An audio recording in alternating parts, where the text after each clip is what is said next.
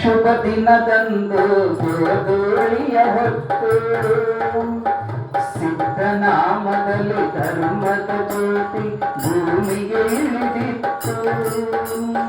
ರಾಮನವಮಿಯ ಶುಭ ದಿನದಂದು ಗೋಧೂಳಿಯ ಹೊತ್ತು ಸಿದ್ಧನಾಮದಲ್ಲಿ ಧರ್ಮದ ಜ್ಯೋತಿ ಭೂಮಿಗೆ ಇಳಿದಿತ್ತು. ಅಜ್ಞಾನದ ಖಡ್ಗ ತಲೆ ತಲೆಗೆ ಬೆಳಕನ್ನು ಹರಡಿತ್ತು. ಹುಬ್ಬಳ್ಳಿಯ ಪುರದರಸನ ಹೆಸರಲ್ಲಿ ಲೀಲೆಯ ತೋರಿತ್ತು. ಅವತಾರ ಅವತಾರ ಸಿದ್ಧಾರೂಢನ ಅವತಾರ, ಅವತಾರ ಅವತಾರ ಸಿದ್ಧಾರೂಢನ ಅವತಾರ. ರಾಮನವಮಿ ಗೋಧೂಳಿ ಶುಭ ಮುಹೂರ್ತ. ಎಲ್ಲಾ ಕಡೆ ಸಾಯಂಕಾಲ ದೇವರ ಮುಂದೆ ದೀಪ ಹಚ್ಚಿ ಗುಡಿ ಗುಂಡಾರಗಳಿಗೆ ಗಂಟೆ ಜಾಗಟೆಗಳು ಸಾಯಂಕಾಲದ ಪೂಜೆ. ಅವ್ರ ಮನೆಯಾಗ ವೀರಭದ್ರ ಸ್ವಾಮಿಗಳು ಲಿಂಗ ಪೂಜೆ ನಡೆದತ್ತೆ. ಗಂಟೆ ಜಾಗಟೆಗಳು ಮಂಗಳಾರತಿ ನಡೆಯುವ ಕಾಲಕ್ಕೆ ಸರಿಯಾಗಿ ಆ ತಾಯಿ ಗರ್ಭದಿಂದ ಸಿದ್ಧ ಹೊರಗೆ ಬಂದ. ನಮ್ಮ ಕೂಸು ಹೊರಗೆ ಬರ್ಬೇಕಾದ್ರೆ ಹೋಳಿ ಹುಣ್ಣಿಮೆ ಎಷ್ಟು ಹೊಯ್ಕೊಂಡು ಚಿರುಕೊಂಡು ಆದ್ರ ಅವನ ಅವತಾರಿ ಅಂತಂದ್ರೆ ಆ ತಾಯಿಗೆ ಆ ಸಮಯದೊಳಗೆ ಪ್ರಜ್ಞೆ ತಪ್ಪಿತ್ತು. ಆಕೆಗೆ ಎಚ್ಚರನೇ ಇಲ್ಲ. ಕೂಸು ಹೊರಗೆ ಬಂದಿದ್ದೇ ಗೊತ್ತಾಗಿಲ್ಲ. ಅಂತಹ ಒಂದು ಸಹಜ ಹೆರಿಗೆ ಹುಟ್ಟಿದ ಕೂಡಲೇ ಆ ಸೂಲಗಿತ್ತೇರಿ ಏನಿದ್ದಾರಲ್ಲ ಅವರಿಗೆ ದೊಡ್ಡ ಆಶ್ಚರ್ಯ. ಏನ್ ಆಶ್ಚರ್ಯ ಅಂದ್ರೆ ನಮ್ಮ ಕೂಸುಗಳು ಹುಟ್ಟೋ ಮುಂದೆ ಮೈ ತುಂಬ ರಕ್ತ ಹಚ್ಚಿಕೊಂಡು ಹೊರಗೆ ಬರ್ತಾವ. ಆದ್ರೆ ಆ ಕೂಸು ರಕ್ತ ಹಚ್ಚಿಕೊಂಡು ಬಂದಿದ್ದಿಲ್ಲ. ವಿಶಾಲನ ಸೊಲ್ಲಿಗೆ ವಿಭೂತಿ ಧರಿಸಿದ ಕಂದನ ರೂಪದಲ್ಲಿ ಬೆಳ್ಳಿ ಬೆಟ್ಟವನ್ನು ತೊರೆದ ಶಿವನು ಅವತರಿಸಿದ ಭೂಮಿಯಲ್ಲಿ ಮಾನವರ ಸುಖ ದುಃಖವನ್ನರಿಯಲು ತಾನರ ವೇಷದಲ್ಲಿ ಶಿವಧರ್ಮದ ಚಿಜ್ಯೋತಿಯು ಬೆಳಗಿತು ಸಿದ್ಧನ ನಾಮದಲ್ಲಿ. ಅವತಾರ ಅವತಾರ ಸಿದ್ಧಾರೂಢನ ಅವತಾರ. ವಿಶಾಲನ ಸೊಲ್ಲಿಗೆ ವಿಭೂತಿ ಧರಿಸಿದ ಕಂದನ ರೂಪದಲ್ಲಿ ಹುಟ್ಟುತನ ಮೈ ತುಂಬ ವಿಭೂತಿ ಹಚ್ಕೊಂಡು ಹಣಿ ತುಂಬ ವಿಭೂತಿ ಹಚ್ಕೊಂಡೇ ಹುಟ್ಟು ಬಂದಿದ್ದು ಸಿದ್ಧಾರೂಢಪ್ಪ. ಇದರಿಂದ ನಮಗೆ ಅರ್ಥ ಆಗಬೇಕು, ಬಂದವ್ ಮನುಷ್ಯ ಅಲ್ಲ, ಅವ ಪರಮಾತ್ಮನೇ ರಜತಗಿರಿಯನ್ನು ತೊರೆದು ಭೂಲೋಕ ಉದ್ಧಾರ ಮಾಡೋ ಸಲುವಾಗಿ ಮೈ ತುಂಬ ಭಸ್ಮ ಹಚ್ಚಿಕೊಂಡು ಹೊರ ಬಂದಿದ್ರಿ.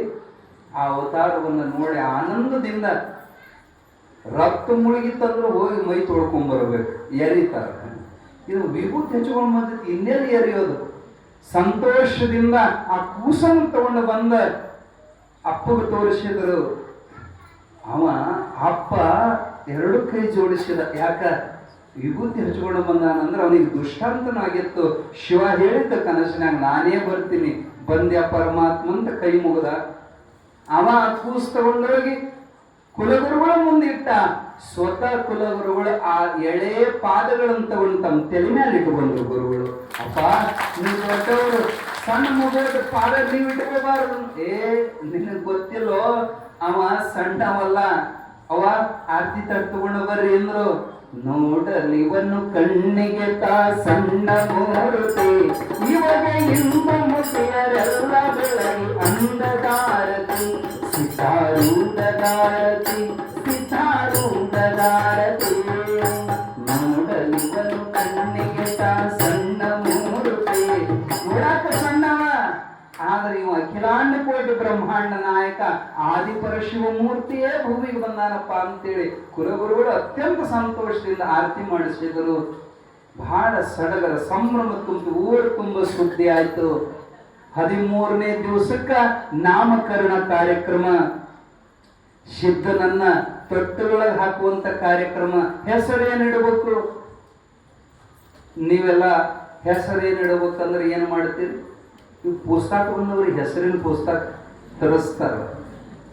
ಯಾವ ಅಕ್ಷರದ ಬಂದೈತಿ ಅದನ್ನು ಹುಡುಕ್ತಾರೆ. ಇಲ್ಲ ಅಂದ್ರೆ ಹೆಸರು ಇಡಬೇಕಂದ್ರೆ ಈಗ ಗೂಗಲ್ದಾಗ ಹುಡುಕ್ತಾರೆ. ಗೂಗಲ್ ಸರ್ಚ್ ಮಾಡ್ತಾರೆ ಹೆಸರಿಡಕ್. ಯಾವಾಗೂ ಇತ್ತಿತ್ತಲಾಗಿನ ಹೆಸರು ಬಂದವು. ಅವ್ರ ಮನೆಯಾಗಿನ ಮುಂದಿಗ ಹೆಸರು ಕರೆಯಕ್ಕೆ ಬರೋದಿಲ್ಲ. ಹೊರಗಿನವ್ರು ಹೋಗಲಿ, ಅವ್ರ ಮನ್ಯಾಗ ಅಜ್ಜ ಅಜ್ಜಿ ಇದ್ವು ಅಂದ್ರೆ ಏನ್ ನಿಮ್ಮ ಮೊಮ್ಮಗ ಗೊತ್ತಿಲ್ಲಪ್ಪ ಏನೋ ಅಂತವು ಅನ್ನಕ ಬರುವುದಿಲ್ಲ, ಅಂತ ಹೆಸರು ಇಡ್ತಾವ. ಆರ್ತಿಲ್ಲ, ತಳ ಇಲ್ಲ, ಗುಡ ಇಲ್ಲ. ಹಿಂದಿನ ಕಾಲಕ್ಕೆ ಪರಮಾತ್ಮನ ಹೆಸರು ಇಡ್ತಿದ್ರು. ದೇವರ ಹೆಸರನ್ನು ಯಾಕೆ ಮನೆ ದೇವ್ರ ಹೆಸರು, ಕುಲದೇವ್ರ ಹೆಸರು ಯಾಕೆ ಇಡ್ತಿದ್ರು? ಬಾಯಿಲೆ ಮೇಲೆ ಮೇಲೆ ಆ ಹೆಸರು ಅಂತ ಅಂತ ಅವನ ನಾಮಸ್ಮರಣೆ ಆಗಲಿ ಅಂತ. ಈಗ ಗುರುಗಳನ್ನ ಕೇಳೋದೇ ಇಲ್ಲ, ಮತ್ತೆ ಬಿಡ್ತಾರೇನು? ಬರ್ತಾರ ಅಜ್ಜಾರ ಏನ್ ಹೆಸರು ಇಡ್ಬೇಕ್ರಿ ನಮ್ ಕೇಳ್ತಾರ. ಶಿತಾರುಡ್ ಅಂತ ಕರೀದ್ವ, ಹ್ಞೂನ್ರಿ ಇರ್ತಾರ ಅಲ್ಲಿ ನಮ್ಮ ಮುಂದೆ. ಮತ್ತೊಂದ್ 2 ವರ್ಷ ಬಿಟ್ಟು ನೋಡಿದ್ರು ಬ್ಯಾರೆ ಹೆಸರ ಕರೀ. ಯಾಕ್ರಿ? ಇಲ್ರಿ, ಈಗ ನಮ್ಮ ಮನೆಗೆ ಒಪ್ಪುವಲ್ಲ, ಅವನ ಮೇಲೆ ಈಕೆ ಹೇಳ್ತೆ, ಈಕಿ ಮೇಲೆ ಅವನ ಹೇಳ್ತಾನ. ಈಗ ಅವನು ಅನ್ನಾಕ ಇವಕ್ಕೆ ನಾಚಿಕೆ ಬರ್ತೈತಿ ನೋಡ್ರಿ.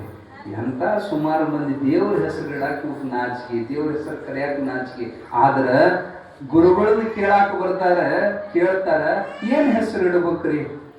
ಅವಾಗ ಕುಲಗುರುಗಳಾದಂತ ವೀರಭದ್ರ ಸ್ವಾಮಿಗಳಂತಾರ, ಅಮ್ಮ ನಿನ್ನ ಮಗುಗೆ ಇಂಥ ಹೆಸರು ಇಡಬೇಕು, ಸಿದ್ಧ. ಏನು? ಸಿದ್ಧ ಅನ್ನುವಂತ ನಾಮ ಇವನಿಗೆ ಒಪ್ಪುತ್ತೈತಿ. ಯಾಕಂದ್ರ ಶೂನ್ಯ ಸಂಪಾದನೆ ಒಳಗ ಸಿದ್ದರಾಮೇಶ್ವರರು ಹಾಗೂ ಅಲ್ಲಮ ಪ್ರಭುಗಳಿನ ನಡುವೆ ಸಂವಾದ ನಡೆದಂತ ಸಮಯಕ್ಕೆ ಸರಿಯಾಗಿ ಇವು ಹುಟ್ಟಿ ಬಂದಾನ. ಸಿದ್ದರಾಮನ ಹೆಸರು ಬಹಳ ಮಂದಿ ಗೊತ್ತಿಲ್ಲ. ಸಿದ್ದಾರೂಢಪ್ಪನ ಹೆಸರು ಸಿದ್ದರಾಮ ಅಂತ ಮೂಲ ಹೆಸರು. ಶಿಶ್ನಾಥ್ ಶರೀಫ್ರ ಹಾಡ್ಯಾರ ನೋಡ್ರಿ, ಶಿವರಾತ್ರಿ ಜಾತ್ರೆಗೆ ಹೋಗಿ ಸಿದ್ದರಾಮನ ದರ್ಶನ ಮಾಡಿ ಅಂತ ಅವರು ಆ ಮೂಲ ಹೆಸರು ಹಿಡಿದು ಕರೆದಾರೆ. ಯಾಕೆ ಸಿದ್ದರಾಮ ಅಂತ ಹೆಸರು? ಅವ ಸಿದ್ಧ ಜೊತೆಗೆ ರಾಮ, ರಾಮ ಅವತಾರ ಮಾಡಿದ ದಿನ ಹುಟ್ಟಿ ಬಂದದಕ್ಕೆ ಸಿದ್ದರಾಮ ಅನ್ನುವಂಥ ಹೆಸರನ್ನ ಕುಲಗುರುಗಳಾದ ವೀರಭದ್ರ ಸ್ವಾಮಿಗಳು ಉಪದೇಶ ಮಾಡಿದರು. ಅವ ಸಿದ್ಧ ಅಂದ್ರೆ ಏನು? ತಯಾರಾಗಿ ಬಂದವ. ನಾವೆಲ್ಲ ಬಂದ ಮೇಲೆ ತಯಾರಾಗೋರು, ಅವ ಮೊದಲ ತಯಾರಾಗಿ ಬಂದವ. ಜ್ಞಾನ ಸಿದ್ಧಂ ತಪಸ್ಸಿದ್ಧಂ ಸರ್ವಸಿದ್ಧಂ ಶಿವಪ್ರದಂ ಸ್ವಯಂ ಸಿದ್ಧಂ ಅಹಂ ಒಂದೇ ಸಿದ್ಧಾರೂಢೈತೀಶ್ವರಂ. ಸ್ವಯಂ ಸಿದ್ಧವ, ಯಾರ ಸಿದ್ಧ ಮಾಡಿದವಲ್ಲ, ತಾನ ಸಿದ್ಧ ಆದವ. ಜ್ಞಾನದೊಳಗ ಸಿದ್ಧಿ, ತಪಸ್ಸಿನೊಳಗ ಸಿದ್ಧಿ. ರೆಡಿಮೇಡ್ ಅಂತೀರ ನೋಡಿ ನೀವು, ಅನ್ನೋದಿಲ್ಲ. ಮಾಡ್ಕೊಂಡು ರೆಡಿಯಾಗಿ ಬಂದ ಅಂಗಿ ರೆಡಿಮೇಡ್ ಬೇರೆ, ಬಂದ ಮೇಲೆ ಹೊಲಿಸೋದು ಬೇರೆ.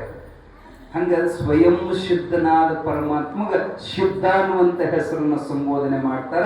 13ನೇ ದಿವಸ ನೀವೆಲ್ಲ ತಾಯಂದ್ರೆ ಹೆಂಗ ಚಂದ ಶೃಂಗಾರಾಗಿ ಬಂದೀರಿ, ಆರತಿ ತಗೊಂಡು ಬಂದೀರಿ, ಸಡಗರ ಸಂಭ್ರಮದಿಂದ ಇಡೀ ಊರು ಕೂಡುತ್ತೆ. ಯಾಕಂದ್ರೆ ಇಡೀ ಊರಿಗೆ ಬೇಕಾದವರು, ಹಸದವರಿಗೆ ತಾಯಿ ಅಕ್ಕಿ. ದೇವಮಲ್ಲಮ್ಮ ಅಂದ್ರ ಇಡೀ ಊರಿಗೆ ತಾಯಿ ಸ್ಥಾನದಾಗಿದ್ಲಕ್ಕೆ. ಅವನು ಊರಿಗೆ ತಂದೆ ಸ್ಥಾನದಾಗ ನಿಂತು ನ್ಯಾಯ ಹೇಳುವಂತ ಮನುಷ್ಯ. ಅಂತ ತಂದೆ ತಾಯಿಗಳ ಮನೆಯಾಗ ಪರಮಾತ್ಮ ಹುಟ್ಟಿ ಬಂದಾನನ್ನೋ ಸಡಗರಕ್ಕೆ ಇಡೀ ಊರಿಗೆ ತಳಿರು ತೋರಣ ಕಟ್ಟಿದ್ರು, ಹಾದಿ ಬೀದಿಗೆ ರಂಗೋಲಿಯನ್ನ ಹಾಕಿದ್ರು. ಸಡಗರ ಸಂಭ್ರಮದಿಂದ ತಾಯಂದಿರು ತೊಟ್ಟಿಲ ಕಾರ್ಯಕ್ರಮಕ್ಕೆ ಬಂದು ಇನ್ನು ತೊಟ್ಟಿಲೋತ್ಸವವನ್ನ ಪ್ರಾರಂಭ ಮಾಡುವಂತವರಾಗಿದ್ದಾರೆ. ಸಿದ್ಧನಿಗೆ ಸುಂದರವಾದಂಥ ಪೋಷಾಕಗಳನ್ನು ಅಲಂಕಾರ ಮಾಡಿ, ಬಂಗಾರದ ಸರ ಹಾಕಿ, ಹಾಲುಗಡಗ, ಕೈಗಡಗ, ಕಾಲುಗಡಗಗಳನ್ನು ಹಾಕಿ, ಕೊರಳೊಳಗ ಗುಂಡಗಡಿಗಿ, 7ನೇ ತಿಂಗಳೊಳಗ ಗರ್ಭದೊಳಗಿದ್ದಾಗನೇ ಲಿಂಗ ದೀಕ್ಷಾ ಕೊಟ್ಟಿರ್ತಾರ. ಲಿಂಗಾಯತ ಸಂಪ್ರದಾಯದೊಳಗ ಕೂಸಿಗೆ ಅವ್ರ ತಾಯಿ ಕಿವಿಯಾಗ ಮಂತ್ರೋಪದೇಶ ಮಾಡಿ ರಟ್ಟಿಗೆ ಲಿಂಗ ಕಟ್ತಾರ. ಮುಂದೆ ಕೂಸಿನ ನಾಮಕರಣ ಮಾಡುವಾಗ ಅಕ್ಕಿ ರಟ್ಟೆಗಿಂದ ತೆಗೆದು ಕೂಸಿಗೆ ಕಟ್ಟುವಂಥದ್ದು ನಾಮಕರಣ ಮಹೋತ್ಸವ. ಆ ಸಮಾರಂಭವನ್ನೆಲ್ಲ ಗುರುಗಳು ವಿಧಿವತ್ತಾಗಿ ಮೈತುಂಬ ಭಸ್ಮ ಧಾರಣೆ ಮಾಡಿ ಲಿಂಗ ಧಾರಣೆ ಮಾಡಿದ್ರು. ಇನ್ನ ಹೆಣ್ಮಕ್ಳ ಕೈಯಾಗ ಕೊಟ್ರು. ಹಂಗ ನಾವಿನ್ನ ನಮ್ಮ ಮೈಕ ಹೆಣ್ಮಕ್ಳ ಕೈಯಾಗ ಕೊಡ್ತೀವಿ. ಇನ್ನು ನೀವು ತೊಟ್ಟಿಲೊಳಗೆ ಹಾಕುವಂಥ ಕಾರ್ಯಕ್ರಮವನ್ನ ಎಲ್ಲ ತಾಯಂದ್ರು ಮತ್ತೆ ಎಲ್ಲರಂದ್ರೆ ಎಲ್ಲ ಎದ್ದಿಗಿದ್ದೀರಿ. ಎಲ್ಲರೂ ಎದ್ದರು ಏನೂ ಕಾಣೋದಿಲ್ಲ. ಪ್ರಮುಖವಾಗಿ ಒಂದು 5 ಜನ ಮುತ್ತೈದೆಯರು ಎದ್ದು ಬರಬೇಕು. ಇಲ್ಲಿ ಸಿದ್ದಾರೂಢಪ್ಪನ ಪೂಜೆ, ತೊಟ್ಲ ಪೂಜೆಯನ್ನ ಮಾಡಿ ಅಜ್ಜನನ್ನ ತೊಟ್ಲೊಳಗೆ ಹಾಕಿ ಹೆಸರು ಇಡುವಂತ ಕಾರ್ಯಕ್ರಮ. ಮತ್ತು ಜೋಗಳ ಹಾಡುವಂತ ತಾಯಂದರು, ಜೋಗಳ ಹಾಡುವರು ಅವರೆಲ್ಲ ಯಾರ್ಯಾರು ಅದು ರೂಢಿ